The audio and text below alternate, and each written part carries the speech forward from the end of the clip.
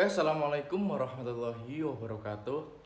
Sebelumnya perkenalkan, nama saya Taufik Hidayat, NIM 2320210002. Pada video kali ini, saya akan menjelaskan contoh surat gugatan, bagian-bagian dari surat gugatan sendiri.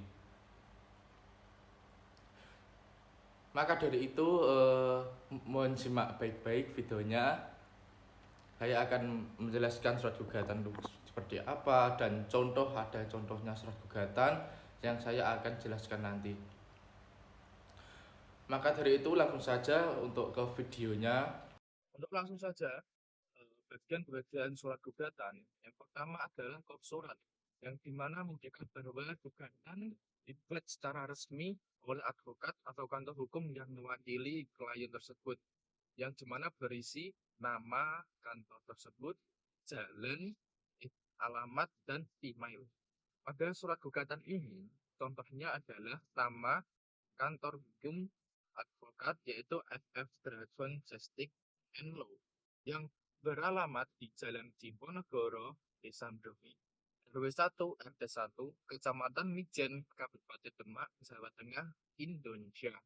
Dan emailnya adalah dragosjustice@gmail.com. Untuk selanjutnya yaitu tempat dan tanggal.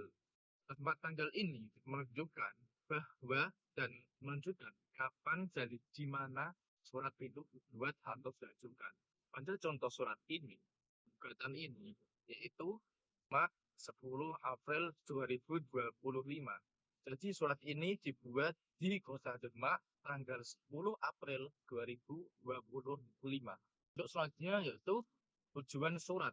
Tujuan surat sendiri untuk berfungsi sebagaimana menentukan pengadilan mana yang akan mengadili perkara ini, yang dimana isinya itu ditujukan kepada pengadilan atau pengadilan setempat. Contoh pada surat ini ditunjukkan kepada Ketua Pengadilan Negeri Semarang di Jalan Siliwangi 112 Krapyak, Semarang, Jawa Tengah. Untuk selanjutnya pada bagian surat gugatan yaitu ada identitas. Identitas sendiri meliputi tiga, yaitu identitas parafik, identitas penggugat, identitas kuasa hukum, dan identitas tergugat. Contoh identitas penggugat yang dimana di sini adalah bernama Ahmad dengan nik sekian, warga negara Indonesia, tempat tanggal lahir 23 April 1988, tempat tinggal di Jalan Diponegoro nomor 10 Kabupaten Demak, pekerjaan swasta. Ini dinamakan identitas penggugat. Untuk identitas selanjutnya itu identitas kuasa hukum. Identitas kuasa hukum yang dimana yaitu advokat yang mewakili perkara ini. Contoh di sini Taufik Nur Hidayat SH dengan kewarganegaraan Indonesia yang bekerja advokat di kantor FF Dragon Justice and Law yang beralamatkan di Jalan Diponegoro, Remi, RW 101, Kecamatan Minden, Kabupaten Demak. Ini dinamakan identitas kuasa hukum. Yang selanjutnya ada identitas tergugat. Identitas tergugat yaitu pihak yang dianggap melakukan manifestasi atau melakukan kesalahan, yang dimana di sini adalah tergugatnya PT Amanah Mulia yang berkedudukan dan beralamat di Jalan Sultan Agung nomor 45 Kota Semarang.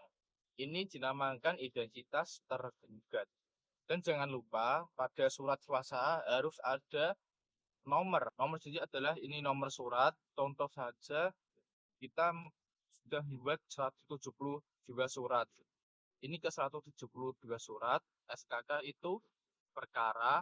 Ini kalau ini nama, ini sekedar contoh, kalau ini nama pengadilan tahun. Untuk selanjutnya yaitu peserta atau dasar gugatan, yang dimana isinya berisi kronologi kejadian, fakta-fakta, dan dasar hukum.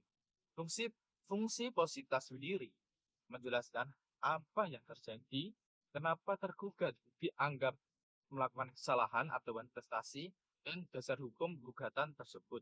Contoh di sini adalah bahwa tanggal 10 Januari 2025, penggugat dan tergugat telah membuat dan mendatangi perjanjian emas dengan akad mudharabah dengan nomor sekian.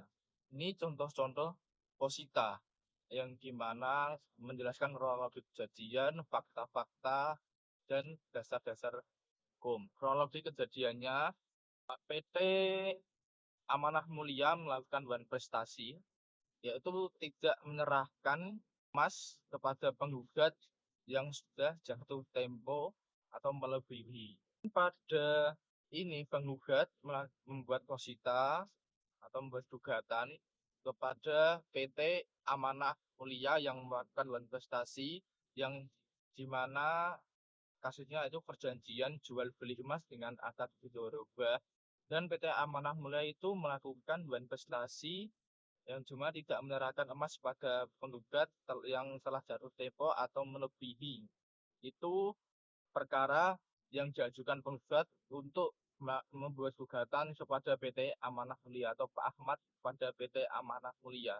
Nah, dasar hukumnya apa? Dasar hukumnya ini bahwa berdasarkan pasal 1338 Kitab Undang-Undang Hukum Perdata, setiap perjanjian yang dibuat secara sah berlaku sebagai undang-undang bagi para pihak yang membuatnya, sehingga tergugat secara hukum wajib melaksanakan seluruh kewajiban yang diperjanjikan.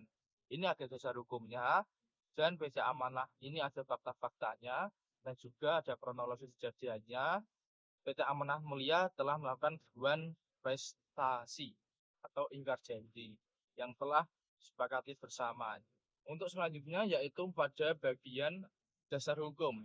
Dasar hukum sendiri bisa dimasukkan di dalam posita yang dimana menguatkan perkara-perkara atau gugatan yang kita buat. Contoh ini ada pasal 1238 dan pasal 1243 KUH Perdata dan juga 1338 Kitab Undang Hukum Perdata. Ini adalah dasar hukum yang dimana akan menguatkan gugatan kita, gugatan yang kuat yang berlandaskan undang-undang atau pasal-pasal.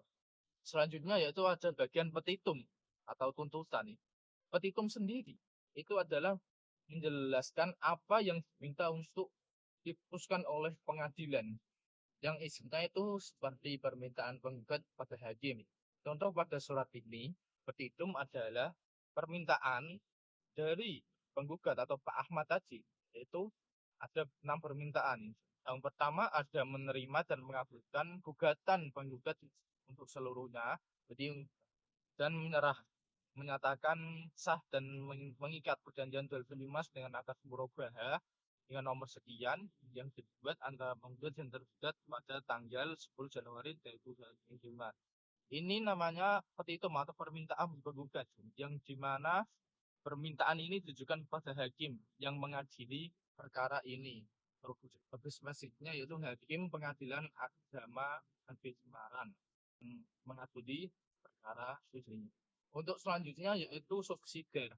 Subsidiar sendiri itu jika hakim punya pendapat lain, pendapat lain yaitu pendapatnya sendiri atau yang dihasilkan undang-undang lain, maka dari pihak Pak Ahmad atau pihak penggugat memohon permohonan alternatif, yaitu yang isinya seperti ini. Apabila ketua pengadilan Negeri Semarang ataupun Majelis Hakim Periksa perkara ini mempunyai pendapat atau kebijakan lain, kami mohon agar perkara ini diputus berdasarkan kebenaran yang seadil-adilnya. Ini namanya subsidiar, karena ini minta permohonan atau jalan alternatif lain.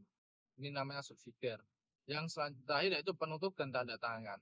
Tanda tangan di sini yaitu berfungsi berpertanggungjawaban dan keabsahan surat gugatan ini. Harus ada tanda tangan, nama kuasa hukum yang melakukan perkara ini dan tanda tangan kuasa hukum. Ini contoh penutup dan ini tanda tangannya, yaitu tanda tangan saya, Bank Indonesia.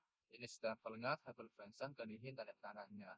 Jadi, kesimpulan pada surat gugatan ini adalah Pak Ahmad melakukan gugatan kepada PT Amanah Mulia yang dimana melakukan prestasi dengan perjanjian jual beli emas dengan akad murabahah, yang dimana prestasi itu sendiri yaitu tidak menyerahkan emas pada penggugat atau kepada Pak Ahmad, yang telah jatuh tempo atau melebihi batas yang telah disepakati. Ini gugatan bukan prestasi. Mungkin cukup itu sekilas yang bisa saya sampaikan. Kurang lebihnya mohon maaf. Apabila dalam penjelasan atau dalam penerangan surat gugatan contoh gugatan ini belum begitu maksimal, mohon bimbingannya dan juga saya juga masih belajar untuk membuat surat gugatan. Cukup sekian. Assalamualaikum warahmatullahi wabarakatuh.